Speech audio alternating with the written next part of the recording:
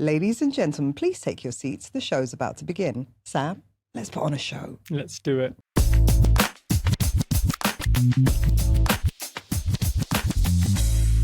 Okay, so today's episode of Golden Nuggets is about two things that Dubai does best, and that's ambition and impact.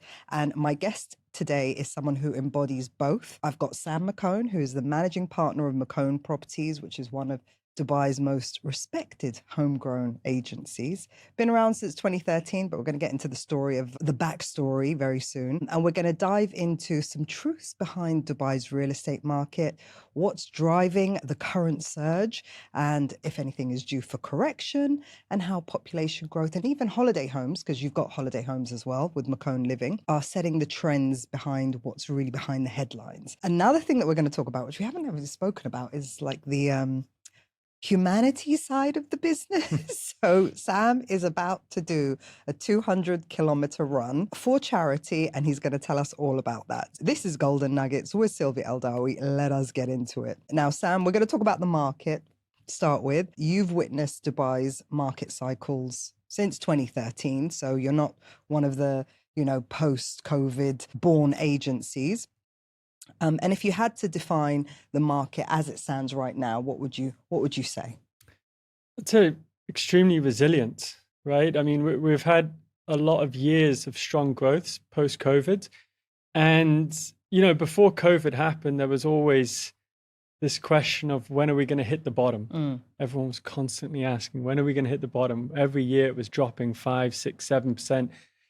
And now I feel like the question has flipped. Everyone's like, when's it going to correct? When's it going to correct? No, when's it going to crash? That's crash. Let's be honest. That's what they're saying. Maybe. Is there a crash coming, and when? It's the one thing I've learned is that it's extremely hard to predict any market. Yeah. And I think Dubai's market is even more challenging to predict. And for me, the two main reasons for that is, one is Dubai is still a city in the making. Mm-hmm.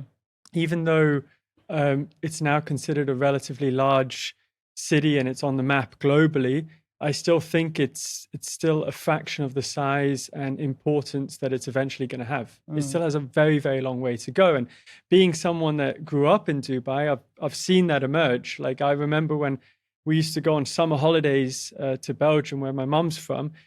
The first 10 years of my life, no one knew Dubai at all, and they didn't know the UAE. And I would mention that eventually I would tell people I lived in Arabia. That's literally what I would say. And I remember it was only when the Burj Al Arab was completed that finally people started noticing Dubai. So I think that's the first thing, is that the city still has a long way to go before it reaches the position globally that it deems it should be at. So that continues to drive things very, very much along. And the second thing is that it's still very, very dependent on external factors. Right. We still see like things going on a global scale that have such a big impact on this market here. Yeah. So be it the unfortunate situation in Ukraine, or issues in the UK or Europe or India, all of those have led to a lot of people choosing to make Dubai their home. Right. And we're obviously, or the real estate market is benefiting off the back of that, right? And so we don't know, there could be another situation that happens in the US or in Pakistan or in the GCC that again drives more people to Dubai. So yes, prices have risen a lot, but we're seeing that there's still a lot of demand. A lot of that demand is international, right? So it's definitely showing that there is that strong interest from overseas. So I'm just very, very hesitant to try and predict anything when it comes to the Dubai market. Yeah. And it is a case of people either moving or investing. So I think the PR-wise, Dubai is a great investment, or still seen globally as a great investment opportunity. And as you said, safety factors, geopolitical factors driving people into the region, at least, or the cities on the map. And we do, if anyone watches or follows any real estate people, they'll keep hearing recently about these record transaction numbers, record commissions. And, you and I have both seen it. What is, like, is there a particular segment or where is this coming from? I think, post-COVID, we've seen a lot of countries globally had to spend a lot of money in order to sustain the business environment and support their economies. And obviously that means that eventually someone's going to foot that bill. Yeah. And I think what we're seeing in the UK, in Europe, Australia, is a lot of these economies are now shifting where they're trying to raise the money, and the angle that they have to go after is higher taxes, and in particular taxing those that they feel are able to afford it, right? So they are going after the more wealthy, right? And those wealthy individuals, they didn't make their money by allowing people to take it off them very easily. So they're looking for alternatives. And they're seeing Dubai as a very, very strong alternative. And what we're noticing is a lot of these individuals, they'll visit Dubai or they'll hear about it, and they'll dip their toe into the market. So they'll come and they might buy an apartment, or they might buy a small townhouse or something like that. And they get a sense of the market, and they try to understand if it really is all it's supposed to be. And then after a successful transaction, after having rented out that property and seeing that the kind of returns that you can make here are real, they then really open up and they come to us and they buy many, many more. Right. So we're even doing a lot of business today with individuals that we first connected with back in 2023 or 2024. So they've already expressed an interest in the market. They've already bought something, but now, as the situation back home for them is worsening, they're just slowly moving things more and more to Dubai. And real estate is one angle, but a lot of them also moving their families, that they're making this their permanent residency, which is why we're seeing a huge shortage in villas and townhouses. A lot of them are also moving their companies, right? And we're seeing this in the commercial space. There is a huge undersupply of commercial space. Rates have doubled, even tripled in some instances. Some very prominent developers like Omniat or AHS have launched some very, very high-end commercial projects that they're selling extremely well, because there's a lot of big MNCs or family offices or anything like that are moving their operations to Dubai, and they're needing that sort of grade A space in a prominent location. So it's really that trend of people choosing Dubai ultimately for various different reasons and in various different ways that has really led to the market here performing so well. And one indicator which you have access to with McCone Living, which is your holiday homes division, I think it's like probably one of the most underrated indicators is the holiday homes activity of who's moving, how long they're staying for, how much they're prepared to pay. We do see that there's a lot of demand, and in particular in the more prominent areas. So the likes of downtown Palm, waterfront communities, villas, they're actually performing very, very well. I'd say they're performing a lot better than the more affordable areas. And I think that's a good indicator that, again, it is those that have the money that are kind of doing that transition here, and off the back of that, obviously the rental rates or the short-term rental rates are performing extremely well in those areas. I think the short-term market has also witnessed an oversupply over the last couple of years. There's been a lot of people who have sold this concept of buy this studio, buy this one bed, you'll be able to put it on short-term and generate over 20% more extra than long-term. And eventually those promises will catch up on the markets, right? And so I do think that there has been that correction that has happened over the last 12 months, and we've actually seen it becoming much more difficult to onboard properties into our short-term department. But then again, now what we're noticing is that there's actually a shortage of short-term units. So now the rents are going up. So it just swings back and forth a little bit. And because I've had a few holiday homes representatives come on, or people that do short-term rental and long-term rental. And I've always asked the question, at the end of the year, when the landlord or investor weighs it up and they look at, okay, I did get a much higher rent for the year, but I also had far greater expenses when it comes to furnishing the property. The management charges are typically like 20%. 15 to 20% instead of 5% for regular property management. you're paying the bills as well. And we all know what people are like when they're not paying their own utilities. Leave the AC on all day, or you leave the lights on all day. So actually, when you weigh up at the end of the year, it's not always, you're not always better off than a long-term rental. I think the biggest thing that is misunderstood or maybe misappreciated about Dubai's market is just how good the rental market is. It's incredible. So UBS issued the bubble index reports, I think it was about a month ago.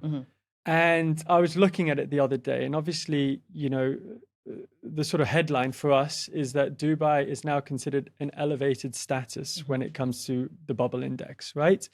So it's more prone to the possibility of it being in a bubble, right? Fine. But when you go through the report and you go down a few pages, there's a graph that illustrates how many years of rent will it take for the rents to match the sale price. So your rent to sale price ratio, right? And again, the same top 20 cities are factored in there. And Dubai has the lowest number of years. It's about 15 years. Right. So that means that your rent will, within 15 years time, 15 years of generating rent, you'll be able to pay for the property outright, right? And that means that we're sitting on that about 6% rental return, right? And when you compare that to other major cities out across the world, we're talking double, right, for a lot of them. And it's not taxed on top of that. And not only that, but you come to Dubai, you buy a property, let's say in downtown, you put it on rent, and guess what? There's a very good chance that you get that whole year upfront, right? One check or two checks. So as a landlord, the rental returns that you can get and the ease at which you can rent and generate those kind of returns without the headache, I think are extraordinary. Right. And I remember my parents had a few properties in New Zealand, and they were living in one in Barcelona, and there all the properties have to go through management companies that will take 8, 9, 10%. You don't have to worry about that here. Yes, there's management companies that are there to provide that service, but I would estimate that it's probably less than 10% of the units in the market where that fee applies. So again, whatever you rent it for, you get to keep. Yes, you have to pay your service charges and everything, but again, you have that globally. So I think that as long as the rental market remains very, very strong, and I even feel like we have a good buffer to play with, it will also continue to drive investors to put their money here. Because again, if you're going to invest your money somewhere, yes, you're going to look at safety. Yes, you're going to look at how attractive something is and how, you know, what the potential capital appreciations are. But one of the things that you're going to care the most of is how much am I going to get back each year? And so we don't talk about that too much, maybe because it's not that exciting, but I think it's such a big driver for the real estate market here in Dubai. And it is also probably one of the riskiest parts, because with the volume of, I mean, you know yourself how many off-plan units have been sold and how many are due to be handed over the next couple of years. If population doesn't catch up with what's about to be handed over, then rents have to come down. Surely, because you're going to end up with tenants who've got so many. Right now, you look for a property online. By the time you call the agent, it's probably gone, or it's probably not available anymore. So it's very competitive right now. But once these units start handing over, I don't want to say the word oversupply, but there's going to be a lot more to choose from, which naturally will drive down rents. And if rents start coming down, and that 6% isn't achievable, then it's not as attractive. Well, I think you have to, there's two sides to that. I mean, the big question is the population, right? Will the population continue to grow? And I would say that all indications suggest that it will, right? It's Dubai continues to make itself a very appealing place for people to come and live, right? And again, if the population grows at 7%, you know, you're talking about 140, not 7, you're talking about 280,000 people. So even if we cut that in half at 3.5%, so 140,000 people, that's a huge number of people that will absorb the supply that is being generated. But having said that, I do think you have to appreciate that there's different areas in Dubai that will see different outcomes, right? An area like JVC, that there were a lot of projects that were launched in 2022, 2023 that are now starting to come to completion. And if you look at the occupancy rates across Dubai, JVC, Fujian, Arjan, those kind of areas where we are seeing a lot of completions, are the areas in which the rates are slowly starting to decrease a little bit, because yes, the tenants do have a little bit more options. Yeah. But I would say the next point, which is very, very important, is that a lot of landlords, I believe, will also start opening themselves up to renting out these properties in a different way, right? So again, Interesting. if you look at the UK, if you were to rent out your property, you would expect to be paid monthly. You wouldn't be as adamant of receiving one check. Right. I remember I had a property in the Views. It was a 1-bedroom apartment, and the average rents in that building were about 95,000. We had spent some money upgrading the unit a little bit, making it quite nice. But what we also did is we offered the property on 12 checks. And there was a lady, she was working for LinkedIn. So I kind of got her profile and everything, and I asked her to pay a 2-month deposit. And then she would pay me her rent every single month. Nice. And we managed to rent it out for 125,000. So 35,000 more than the average 90,000 that it was generating. And I think that that's going to be something that when there starts to be the signs of a bit of a correction in the rental market, rather than dropping the price, I think a lot of landlords, because it's a new wave of investors, they'll start thinking of creative ways in which they can maintain a good yield on that property. And I think one of the ways, which is pretty obvious to do, would be to increase the number of installments in which people can pay. And there are, PropTechs, we both know Absolutely. Keeper, who's offering it. Yeah. But I've always thought that there's an opportunity for one day, like a referencing agency, like you would in the UK, where it's fine to, I will take the rent monthly as long as I do a reference check covering credit check, previous landlord history, and your employment history. Yeah. So I think we're eventually going to move to that where we're paying monthly. Well, one of the fascinating things is that if someone pays a rent in one check, it's great. They pay the one check, they move in. Fantastic. But what happens in 12 months' time when you then renew the contract? You have no assurance that that check is then going to clear. It could bounce, right? And obviously, if you have a check, you can open up a case and everything, but that then takes time. Whereas if someone moves into your property and they're paying monthly, you're able to catch on to the sort of genuineness of the client a little bit quicker, right? Are they having issues on a monthly basis and so on? So I just feel like it's the custom here. We're used to it. And this is simply because back in the day, before freehold property opened up, everyone that was living in Dubai, their rent was paid by corporates. Like my dad, he worked for Emirates, and our villa was paid for by Emirates, and Emirates would pay in one installment to the local family that owned the villa. And so it's like this custom that we have.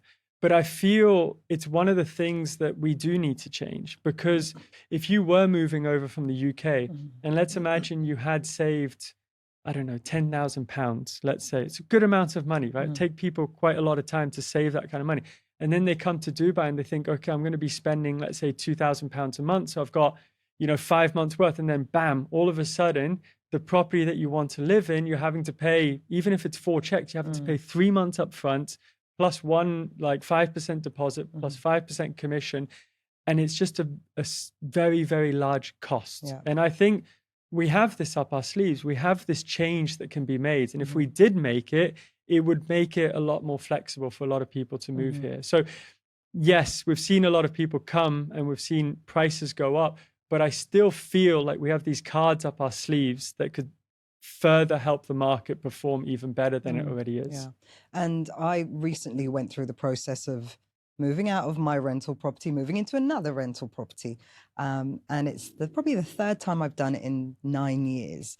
And being an advocate for PropTech and technology and real estate technology, I thought, I'm quite excited to see if the process of moving is going to be any easier. And it wasn't, Sam. It really wasn't. So I think the easiest thing to do was register DIWA. Yeah. That was pretty clean and straightforward. Did you have to do a Jari in person? I did do a Jari in person, which was disappointing that I had to do that. And getting curtains, like that was the most kind of technology savvy that worked. And I kind of felt a bit like, what? Why am I wasting my time with all this prop tech technology? Why am I, even from the beginning, like calling agents, I probably messaged maybe 10 brokerages or brokers and only heard back from, you can guess, how many did I hear back from out of 10? 3, 4. Right. Yeah. And it's like, I didn't interact with a single bot for all this talk of AI taking over real estate. And it got me thinking, it's not so much that the technology is not there yet, but it's more, is it the brokerages aren't adopting the technology? Is there some kind of gap that? I mean, I was looking at a property in the UK, where my wife is from. And so I went on to Rightmove, and I was shocked at how simple it was. It's just so seamless, right? There was 40 properties that were in the radius that I was looking at. Every single one of them was unique. All of them had good photos. Reach out to the agents, they get back to you. It's not complicated. It's a pretty simple, straightforward thing. And I know the team at Property Finder very well. And I know that they're constantly working extremely hard to make sure that their site is as genuine as it possibly can be, right? In order to make sure that agents that are responsive are showing up higher, to make sure that any listing which is not accurate is not showing. And with regards to genuine listings, we've tackled the sale market. The sale market, yes, there are still fake listings because there are some loopholes, but we're talking about a fraction of them compared to what we had a few years ago. So it's working because we have these smart contracts. And if you want to list a property, you have to get that smart contract. But where is that process for the rental market? And consider that over 80% of people in Dubai rent. So we're spending all of this time talking about the sale market. Great, right? Obviously that's where we make most of our money. So yes, it's very, very important. And I want to continue to see that market develop. But we're a smart city. Right? You go to DXB, you arrive, and there's no other airport in the world that's like it. We can do incredible things in this city. But what needs to happen is people need to be honest and open that we have these issues, and then let's fix them. It frustrates me because it's such an obvious issue and it could easily be fixed. And it could be making your process that little bit easier. But maybe that's the whole point. Let's make it really difficult to be a tenant, because I've said to myself, I am not renting again. I'm not going through this. So now I'm going to become an end user. I don't think that's, I mean. That's a smart move. Make it such an awful process that everyone wants to buy. No, I just mentioned DXB, and I think it's incredible because I went to New York a few years ago and I arrived at JFK and I was like, what the, what is this? Right? And this is New York, right? I was so excited. And just my first impression was, just so disappointed. And you arrive at DXB and it's just incredible, right? It is the perfect gateway to a smart city. Right. But one of the first things that new residents do is they rent. That process should be seamless, right? And they do it in some ways. I mean, you can now register your Ajari without going to one of the Ajari centers. I mean, we as a company, we have a facility in-house and we can do it for all of our tenants, right? And it's not costly. It's very, very efficient. Exactly. It's very, very simple. So, and as you mentioned, the DWA deposit is all running smooth and all that. But there are obvious issues that are just being ignored. And it would really be a great way to provide that extra confidence to the market. And by the way, it doesn't just affect tenants, it affects landlords as well. And it affects agents. It affects agents that want to do things the right way. Because you get a property and it's a genuine unit. Your owner he's waited 3-4 years while it's under construction. He now wants you to rent it out. You put it online and you find the right price for the unit according to the data. Again, there's plenty, Property Monitor, Radon, you have all access to all of that. And then, of course, there's 2 or 3 or 5 listings that are 10, 15, 20% below market, right? And they've been sitting online with some fake permit or whatever it is. And obviously, every single tenant references that. And so you end up in this battle between a willing tenant, a willing landlord, a genuine agent, and they're all fighting it out because the tenant feels like it's too expensive. The landlord is justifying it with the prices that he's seeing on DXB Interact. And you and the agent, you're trying to maneuver it. We've fixed it in other areas, so we should be able to fix it here as well. And it's not, developers have a responsibility as well. Developers managing agents, like the number of times I had to share my Ijari, share my ID. It's like, no, the fact that I have Ijari should be enough. And there should be a way that you can access all of that without me having to upload 10 times to set up Chiller. Everything was just so painful. I don't think I can go through it again. Yeah, So I will be buying, but yeah, but I didn't interact with a single bot, zero AI in the whole process. Have you got any AI in your business yet? So it's actually my brothers. So my brothers, Thomas and Lucas, they're very much into it. They're very switched on. And what we do is we identify issues internally that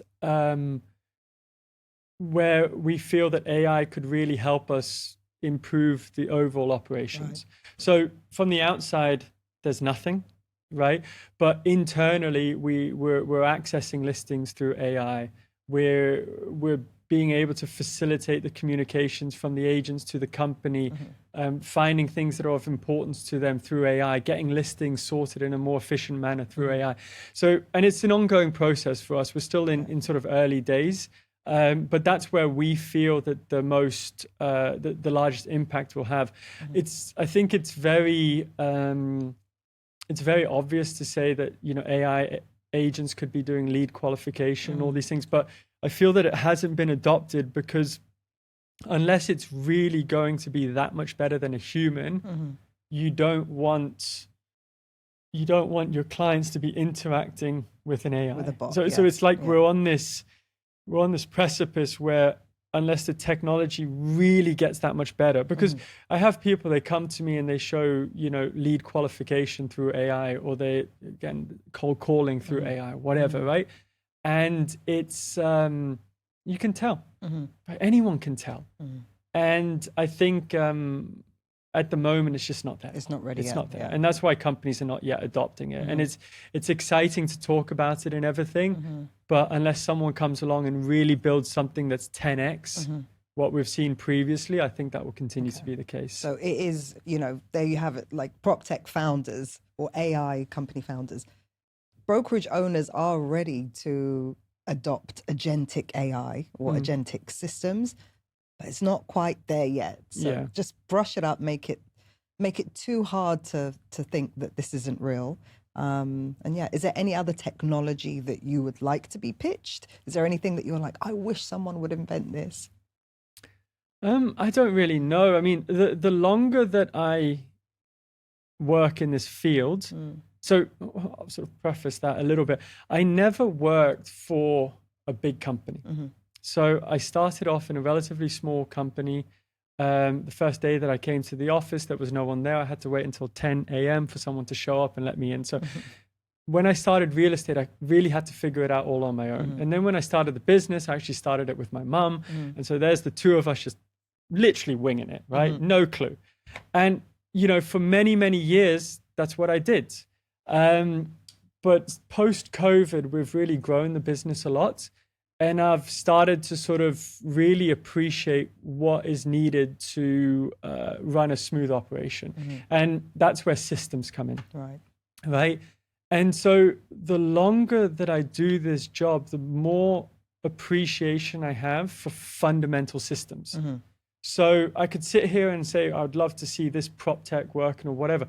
What I would love would be for us to have the most simple, straightforward CRM system possible. Right. As basic as that. And the reason why I say that is because I know a lot of these companies, and I have agents that go from one company to another and they come and interview with us. And I believe that this is a consistent problem throughout, right? We have a lot of outdated, old school structures in place with a lot of manual labor that goes into it. And I feel like we could be making our lives a lot simpler and really adopting systems that help the agents do their jobs quicker. Right? It might not be the most exciting, right? And it might not get the biggest investment from some, I don't know, angel investor or whatever. But I feel like in the business that we're operating today, these are the kind of things that have the most value. So that's something that we're looking at, right? We're really looking at ways in which we can just strip everything back as much as possible and help you run. and just, allow agents to operate as much as possible from their phone, right? Because the moment I tell them that they have to do something on their laptop, I've lost them, right? But if I can do something on WhatsApp and they can update some sort of record via WhatsApp, I'll get the adoption. So I know it kind of bit of a roundabout way of answering your question, but for me, that would be the focus. Yeah. Okay. So from running a business to running a marathon, kind of. Yeah. Right. You're about to run 200 kilometers to raise 1 million dirhams for the Sparkle Foundation. What inspired you to take on something this extreme? So I have a background in sports. I used to play tennis when I was younger. I went to Barcelona when I was 13 and I lived there for 9 years, trying to make it as a tennis professional. Obviously that didn't work out. I wouldn't be sat here. But so I've always been into sport. And then when I started McCone Properties in 2013, I was 23 years old. And I knew at the time that the whole stress of running a business was going to get to me and that it was either going to go one or two ways. I was either going to, socialize a hell of a lot more and drink a lot more, or I was going to get healthy and get fit. And so I chose to go down that route. So that's actually when I started to do endurance sport. I started to do Ironmans back then.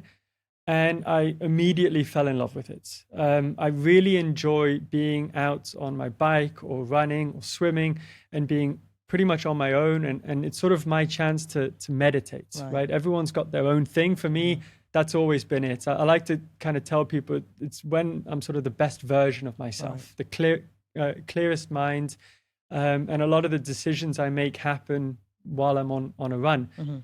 And in March, I ran 100 kilometers in the UK. That's the furthest I've ever gone.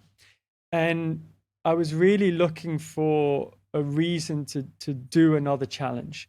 But every time you do these challenges, it takes up a lot of time, energy, and you have to sacrifice things like time with your family or work. And, I wanted to make sure that this time, if I was going to do something, it was going to be meaningful. So I was really mulling over it in my mind for a good 1 or 2 months, trying to decide what the next thing would be. And around about the same time, a very good friend of my wife and mine, Sarah, who runs the Sparkle Foundation, she came around to our house and she just kind of openly expressed the challenges that are involved with fundraising. That it's difficult, trying to, everyone wants to help out, but actually getting that money from people is very, very challenging. And that's when the idea first came to life, right? It's okay, well, I want to do something physically. I know the Sparkle Foundation needs the support, and if they can get that support, they can do great things in Malawi and really help the children. And I thought, okay, well, it's a good chance for us to do something here. And once we had established that we're going to do something, we literally just randomly started throwing out ideas. And, I had done 100 kilometers. So it seemed, okay, well, can you double that? Okay, can you do 200? How long is it going to take?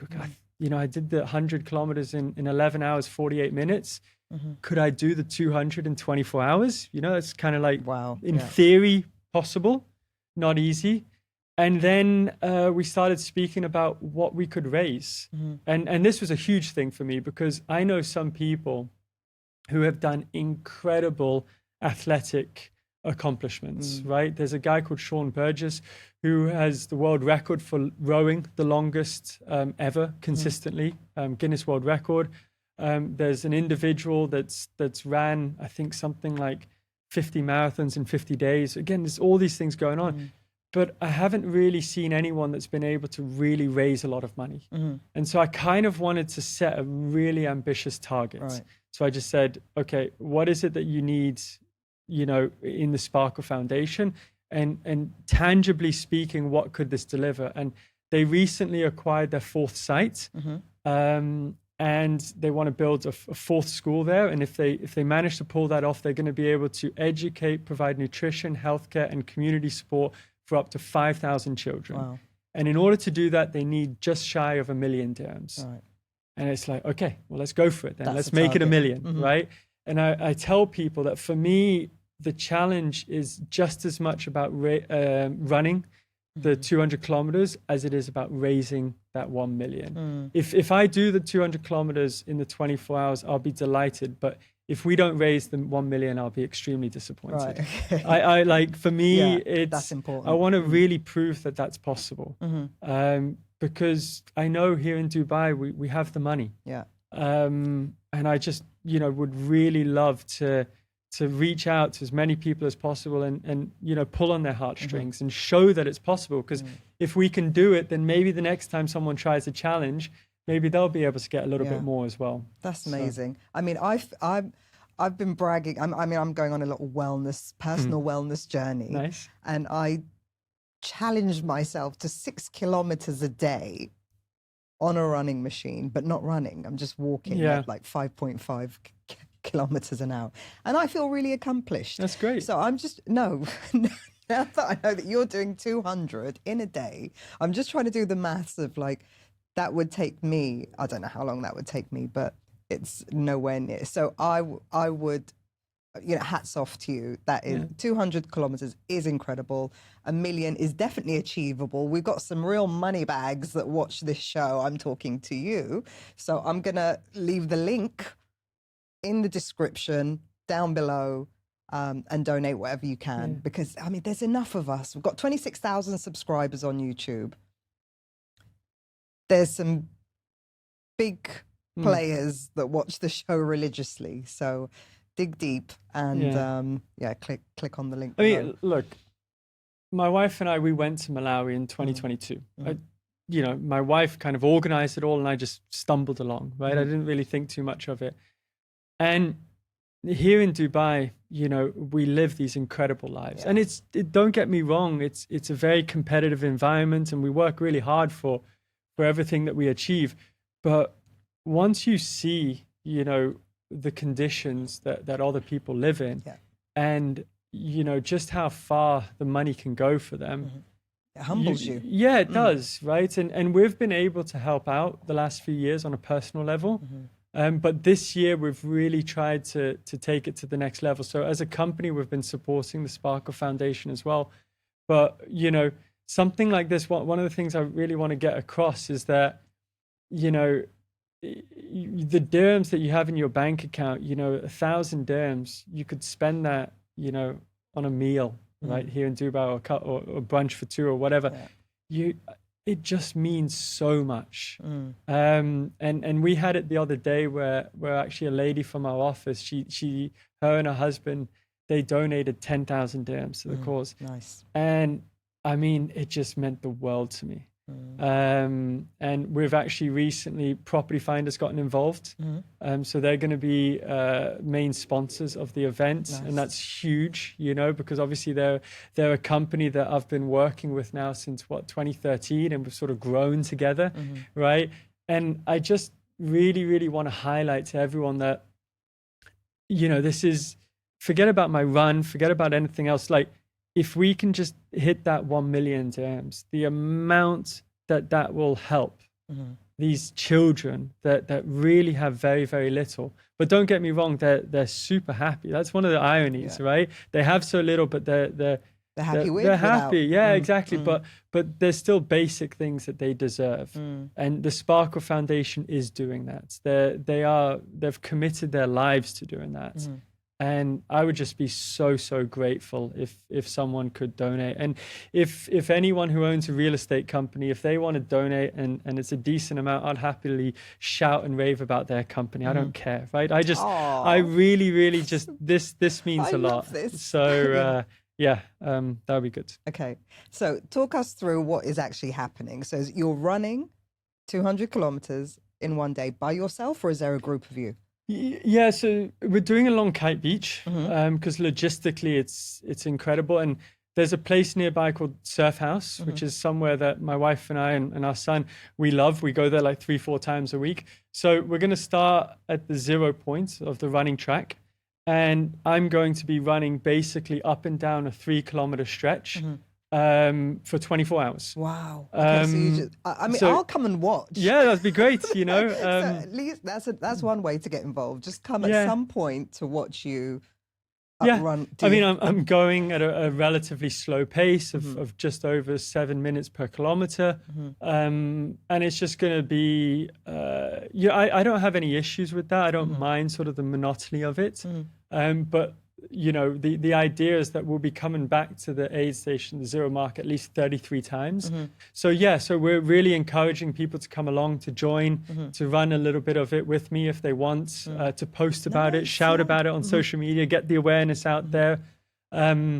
Because we know that's a key part in helping us raise the money as well. The more people that can find out. I might come on that day and do my 6 kilometers, which is just there you one go. Exactly. one lap up and down. So we're starting at 8 p.m. on the 20th of November.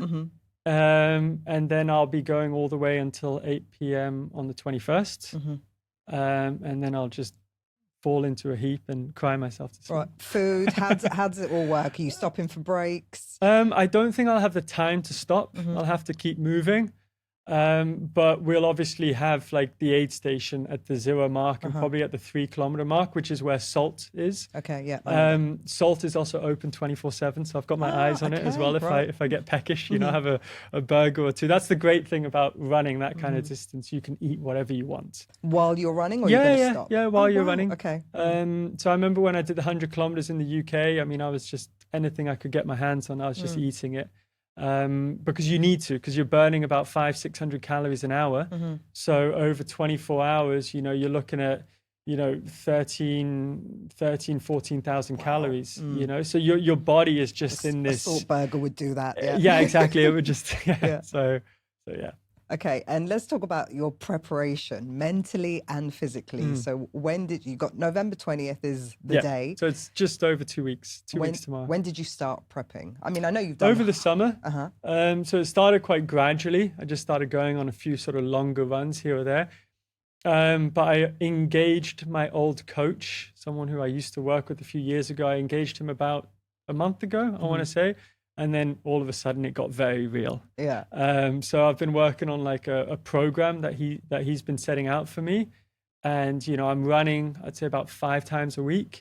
And the sessions are anywhere from pretty much 20 kilometers to this coming Friday. So in 2 days, I'll be running 100 kilometers.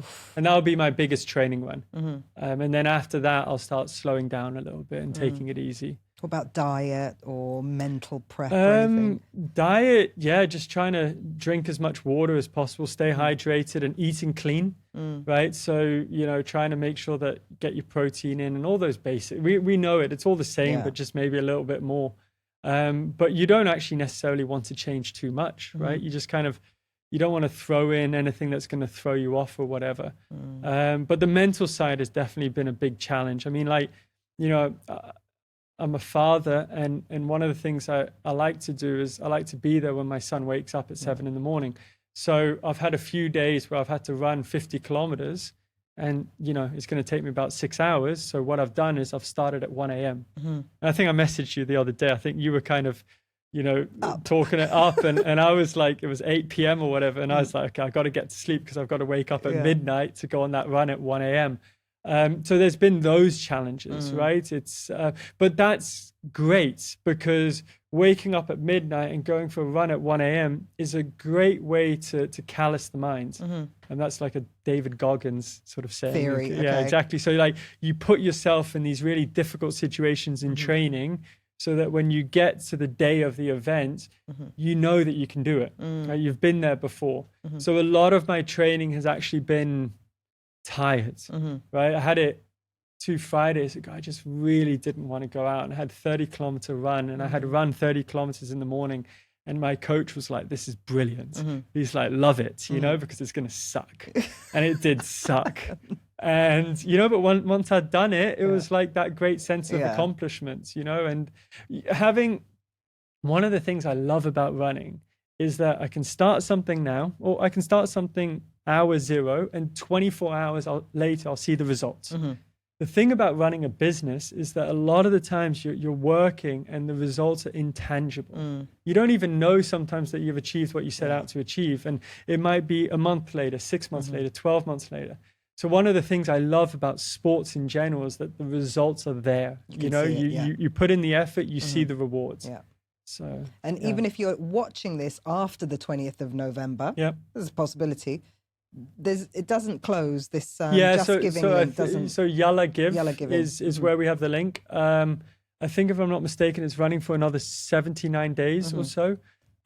So until the end of 2025, you can still pretty donate. much, yeah. So and I maybe think some people might want to say, well, let's wait and see if he does it before we contribute. No, that's fair. Is there any other way that the real estate community can get involved? Either coming along or donations? I mean, as soon as I started it, there was actually Farhan, who owns a company called Revo. Revo. Okay, you should check them out. Like all of everything that they do is organic content.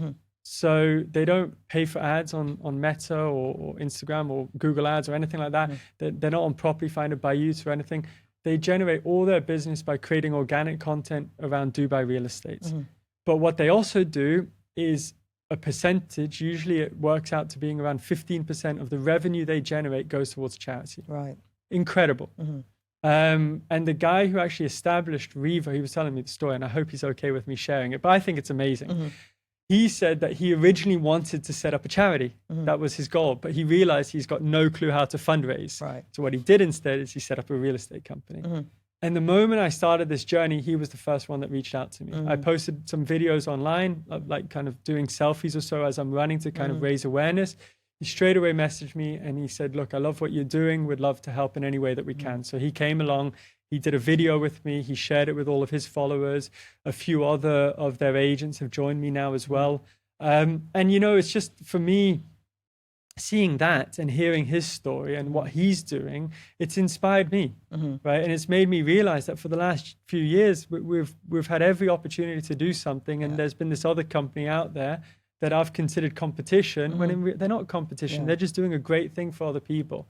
So yeah, look, I would love to, if people want to join me on the day or on any of my training runs and have a chat and brainstorm what we could do together, I would absolutely love that. Brilliant. The one thing I will say, this is really, really important. If someone is joining me on the day, the whole exercise that I'm going through, it's all about keeping your heart rate as low as possible. Okay. So below what number? So mine is sitting at about, when I'm running, it's sitting at about 108 beats per minute, right? Which is kind of zone 1 for me. So it's really like I'm comfortable. Now the issue is if I start talking to people, it jumps to about 130. Okay. I won't be able to do that. Right. So if people want to join me, I would love it. But don't talk. Talk to me, but don't expect me to be too vocal. Because, how fascinating. I didn't know that. And I've learned this through the training. So, because obviously, I do my 6 kilometers a day and I'm teetering at about 120 BPM. Yep. But if you say talking gets it increased, maybe I should also tie in my phone calls with that time to get up to like 135 or something. Yeah. Brilliant. Okay. So donate, turn up, talk to him, but don't expect him. Just if I'm rude, you know why.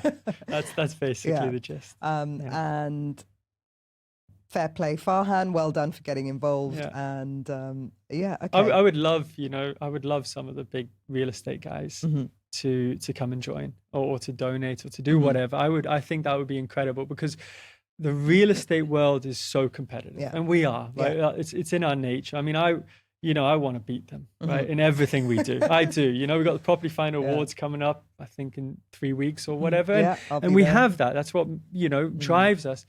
But, I do think that outside of real estate, there's a lot of opportunities for us to come together. And, the more I've gotten to know people and individuals, everyone's got their story and they're all supporting someone, be it family or friends.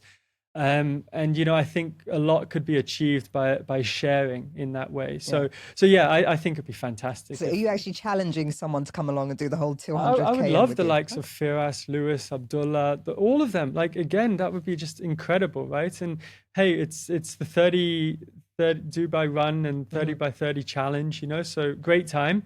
And great opportunity to raise a bit of awareness for some good causes. All right. Call out Firas, Lewis, Abdullah, and who else? Rick Wayne. He's getting on the fitness and wellness journey. So anyone that wants to join in, only 200 kilometers. You could get Dan Haddy. He could crack some jokes. Dan Haddy's on his little fitness trip at the minute. I've just realised I'm not going to be here on the 20th of November, so I have to excuse myself. I'm going to be at Cityscape in Riyadh. So, no worries. Phew, thank God for that. I'm joking. No, but I do wish you all the best of luck. Thank you. And to close off this episode of Golden Nuggets with Silvia Eldawi, we want some golden nuggets with Sam McCone. And one thing that I saw recently in Nathan's quarterly report, Executive Search, don't know if you've got your hands on it yet, but sure if you reach out to him, he'll send it to you. But it said 40,000 agents. And the last time I checked, it was like 26,000, maybe a few months ago. So I don't know how accurate it is. I'm assuming that's my source. Executive Search quarterly report. That's a lot of new agents.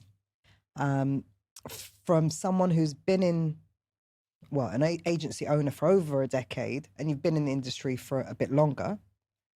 What would be your advice to those newbies? Because I know a lot of them are watching as well.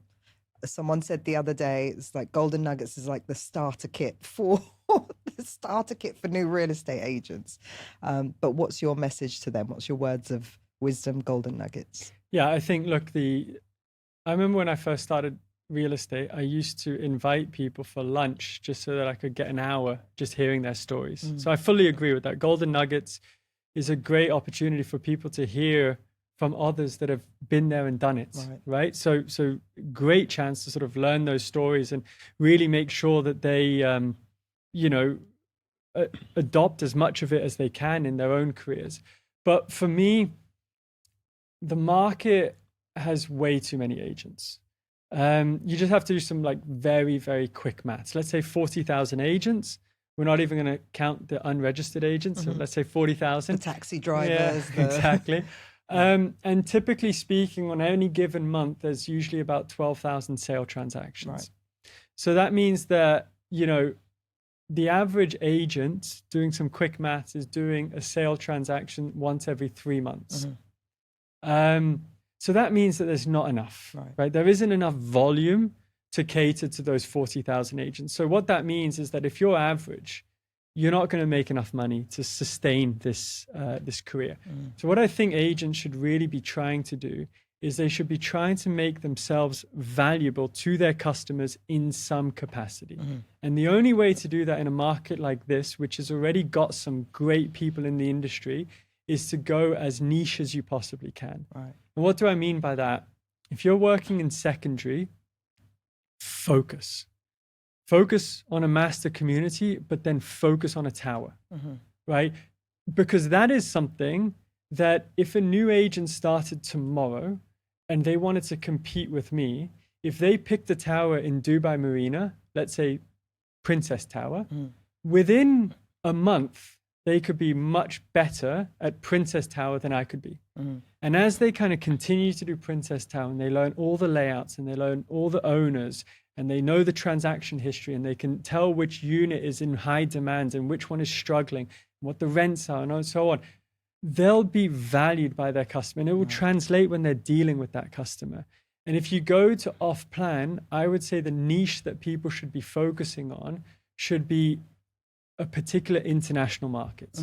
They should be finding a certain demographic that suits them, that really caters towards the value that they're able to bring. Because one of the very interesting things about Dubai real estate is that the market in which we operate is not Dubai, it's global, right? I just love the way you say Dubai. I know.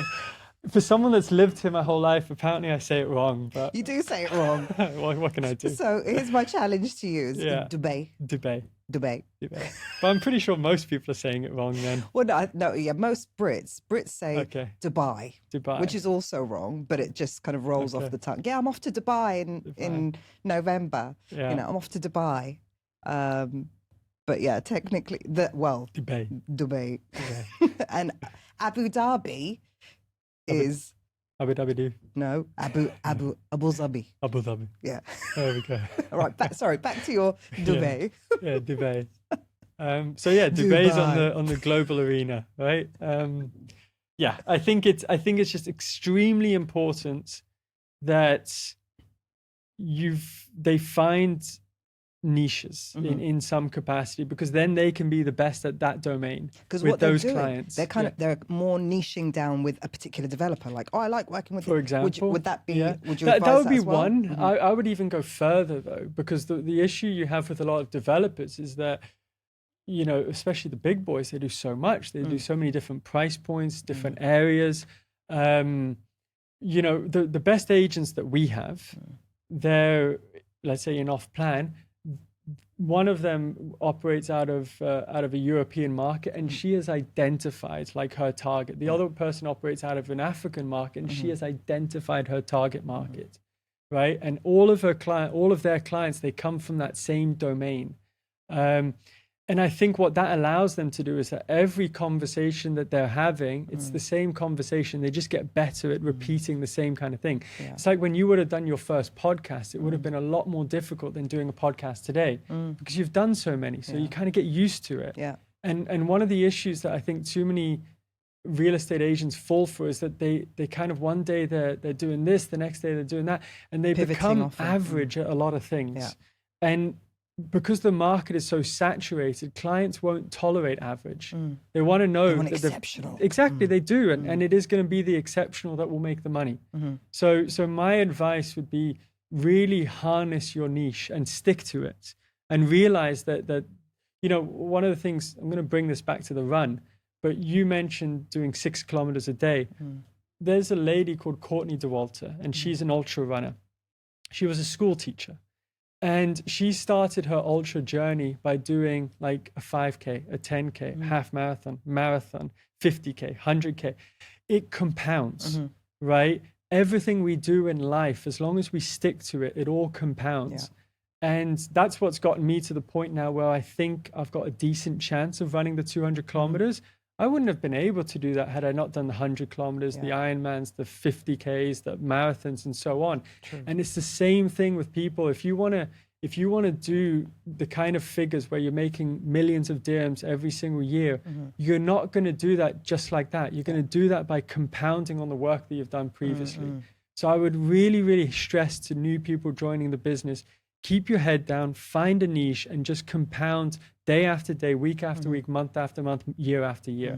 And that's how you end up with those top agents. It didn't happen overnight. And it helps if you know another language. So obviously, like your African and European, they probably know the specific niche's language. Well, more than, I would say the language helps, but I would say more than that, they know the demographic. Yeah. They know the struggles that those people have, so they can resonate. And they know what product fits, right? So, you know, they can recognize that for this individual, getting a very long payment plan, if you're living in this country, is very, very important, because maybe that country has got capital restrictions. Right.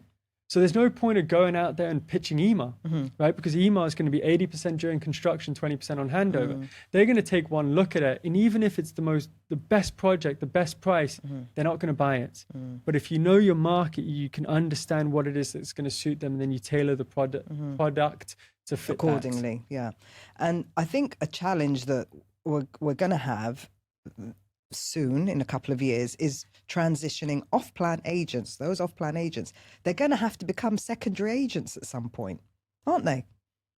I think there is also going to be a lot of agents that are going to become, again, I go back to it, the off-plan agents, they're going to have their market, and their market is going to transition into secondary. Yeah. So, you know, like, let's say, we've actually seen this quite a lot with the Russian market.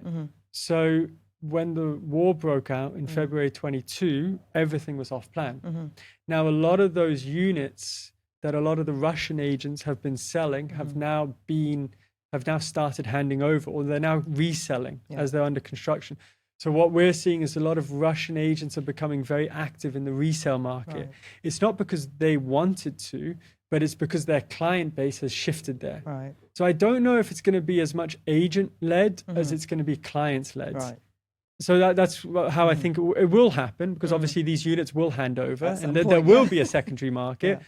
But I think it's going to be, a lot of agents that will have their exclusive units that they'll bring to the secondary market, and then they'll quickly have to learn what's needed. And it isn't rocket science, by the way. It's especially if you own that relationship with the owner, right? You then typically are given that time to sort of transition into it. Yeah. And there are some muscles that you need to build from off-plan to secondary, but as you said, it's not rocket science. But just have to listen to a few golden nuggets and they'll be fine. Yeah, and learn how to do a viewing. Actually, that's an underrated skill. Yeah, surprising. We'll do an episode about that one day. Okay, well, I think that's it for everything. Great. Thank you, Sam, for an incredible conversation and reminding us that leadership is not just about being a boss; it's also about having some impact. And if you'd like to support Sam with the run and help reach that 1 million dirham target, you can donate at the link below. You can turn up on the day, 20th of November, and just show some support, just raise awareness for it. Hope you enjoyed that episode. This has been Golden Nuggets with Silvia Eldawi and my guest, Sam McCone. Thank you very much.